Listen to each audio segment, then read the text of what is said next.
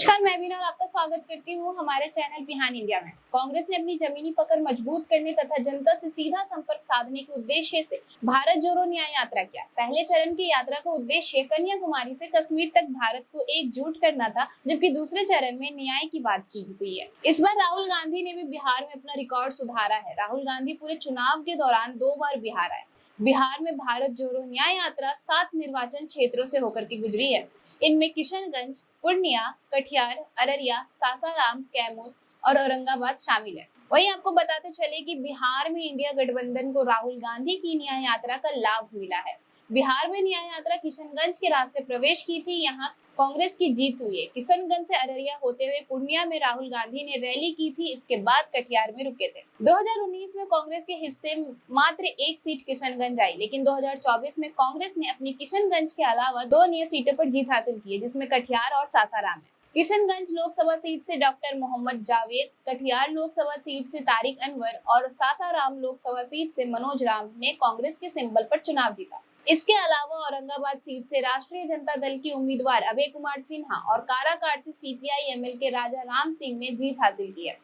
अररिया में काफी कम अंतर से राजद उम्मीदवार की हार हुई है, जबकि पूर्णिया में इंडिया गठबंधन के कैंडिडेट की हार जरूर हुई है, लेकिन पप्पू यादव कांग्रेस के झंडा बैनर लेकर चुनाव प्रचार में उतरे थे और जीत दर्ज की है, और वे अभी भी खुद को कांग्रेस के सदस्य कहते हैं। दरअसल राहुल गांधी का स्ट्राइक रेट पिछले चुनाव की तुलना में काफी बेहतर हुआ है। इंडियन एक्सप्रेस रिपोर्ट के मुताबिक बिहार में दूसरी यात्रा 7 निर्वाचन क्षेत्र में गई है। 2019 में कांग्रेस ने इनमें से 4 पर चुनाव लड़ा था, जबकि उसकी सहयोगी 3 पर लड़े थे। कांग्रेस ने 1 सीट जीती, जबकि उसके सहयोगी 1 भी सीट नहीं जीत पाए। इस बार कांग्रेस ने 3 सीटों पर चुनाव लड़ा और सभी पर जीत हासिल की। उसके सहयोगी 4 सीटों पर लड़े, जिनमें से 2 पर जीत मिली है और 2 पर हार का सामना करना पड़ा। बता दें कि राहुल गांधी की न्याय यात्रा जिन 7 जिलों से गुजरी, उसमें अररिया को छोड़कर सभी लोकसभा सीटों पर कांग्रेस ही नहीं बल्कि इंडिया गठबंधन, राजद और सीपीआई माले के कैंडिडेट को भी जीत मिली है। इस तरह से देखा जाए तो बिहार में राहुल गांधी की भारत जोड़ो यात्रा का काफी अच्छा प्रभाव दिखा है। राजनीतिक विश्लेषकों का तो ये तक कहना है कि अगर बिहार में तेजस्वी यादव की जगह चुनाव प्रचार की कमान राहुल गांधी के पास होती तो इंडिया अलायंस और भी सीटें जीत सकती थी। अगर हम बात करें राहुल गांधी के भारत जोड़ो न्याय यात्रा के देश भर के चुनाव पर असर की,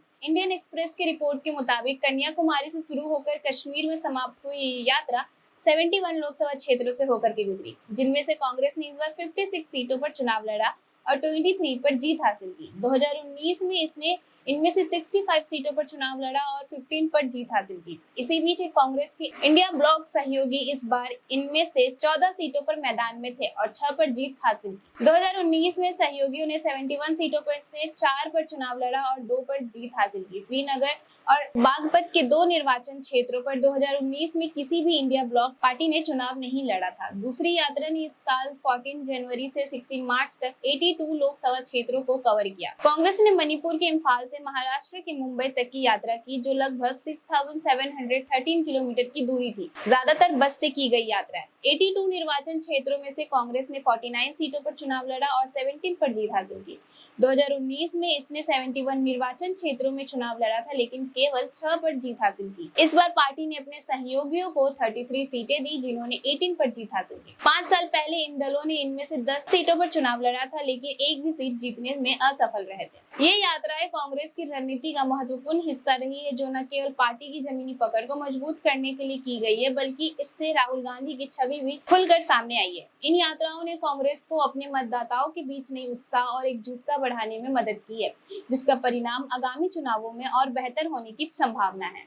फिलहाल के लिए इस खबर में इतना ही। ऐसे ही तमाम खबरों के लिए देखते रहिए बिहान इंडिया। अगर आपको हमारा वीडियो पसंद आया हो तो बिहान इंडिया के चैनल को लाइक कीजिए, सब्सक्राइब कीजिए और अपने परिवार और अपने दोस्तों के साथ शेयर करना ना भूलें। साथ ही हमारा बेल आइकन भी जरूर दबाएं और हमारा चैनल ट्विटर, फेसबुक और यूट्यूब पे है, तो तीनों जगह अपना सपोर्ट जरूर दिखाएं।